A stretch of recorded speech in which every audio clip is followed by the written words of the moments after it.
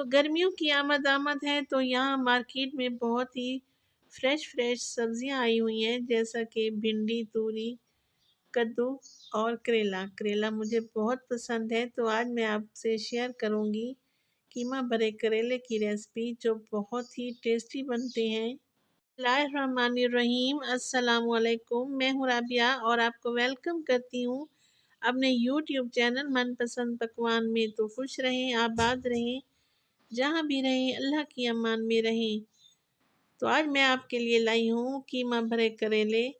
तो चलते हैं हम अपने किचन में और बनाते हैं ये मज़ेदार सी रेसिपी। यहाँ पर मैंने तकरीबन 1 किलो के बराबर करेले लिए हैं, बहुत ही फ्रेश हैं, आप देख सकते हैं।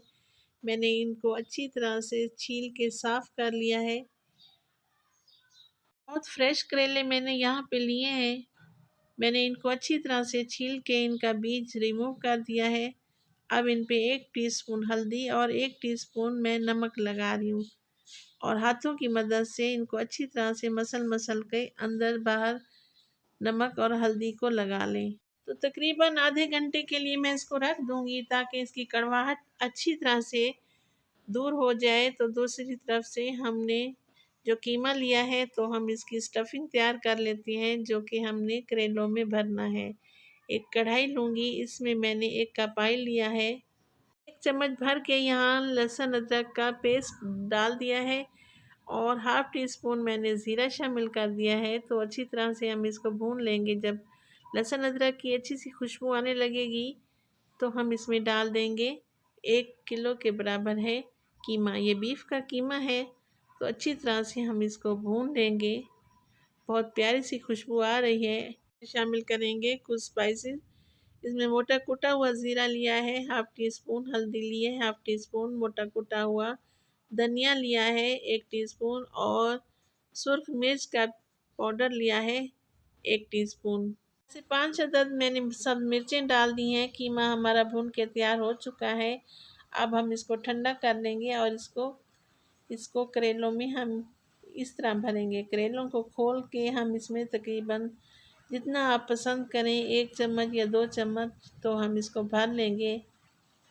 अच्छी तरह से हम इसको बंद करके, जो घर में अमूमन धागा इस्तेमाल करते हैं, इस तरह से हम लपेट लेंगे। ये देखिए कुछ इस तरह से। तो दूसरी तरफ से हमने खूबसूरत सा पैन लिया है, इसमें मैं घी का इस्तेमाल कर रही हूँ, तो आप ऑयल भी इस्तेमाल कर सकते हैं। अब हमने जो करेलों की भराई की थी, अब एक एक करके हम इसमें इनको फ्राई कर लेंगे। देखिए माशाल्लाह कितने खूबसूरत लग रहे हैं और बहुत ही अच्छे बन के तैयार होंगे।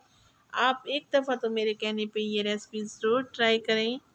बहुत ही आप लोग के घर वालों को पसंद आएंगे इंशाअल्लाह ताला।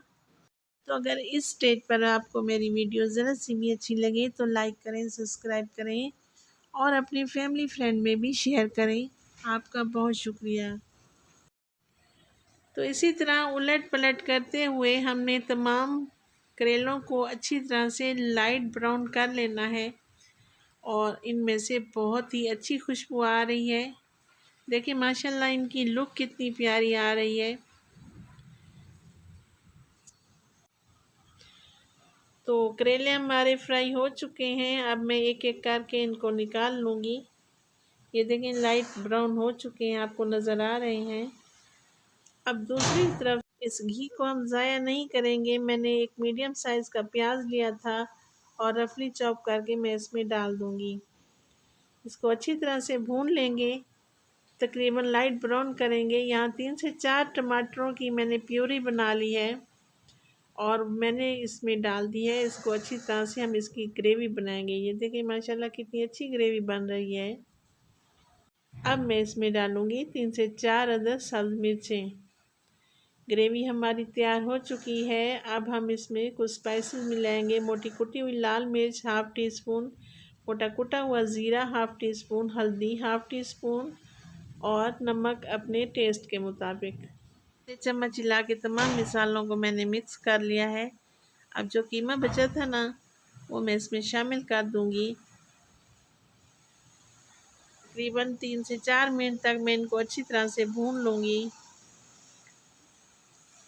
अब तेल सेपरेट हो चुका है और इसकी ग्रेवी भी बहुत अच्छे तरीके से बन गई है। अब जो हमने करेले भून के रखे हुए थे ना, अब मैं इसमें एक एक करके शामिल कर दूंगी। यहाँ पे तमाम करेलों के ऊपर उलट पलट करके वो जो प्यूरी मैंने बनाई थी और कीमा बच गया था लगा देंगे, ताकि अच्छी तरह से मसाला कोट हो जाए। और तकरीबन दम वाली फ्लेम पे 5 मिनट हम इसको दम देंगे। माशाल्लाह अल्हम्दुलिल्लाह, देखिए हमारे कीमा भरे करेले तैयार हो चुके हैं। कितने टेस्टी और यमी लग रहे हैं। खाते खाते आपका दिल भर जाएगा, हाथ नहीं रुकेगा। तो राबिया को दें इजाज़त, अपनी दुआओं में याद रखें। अल्लाह पाक आपको खुश रखे। अल्लाह निगहबान।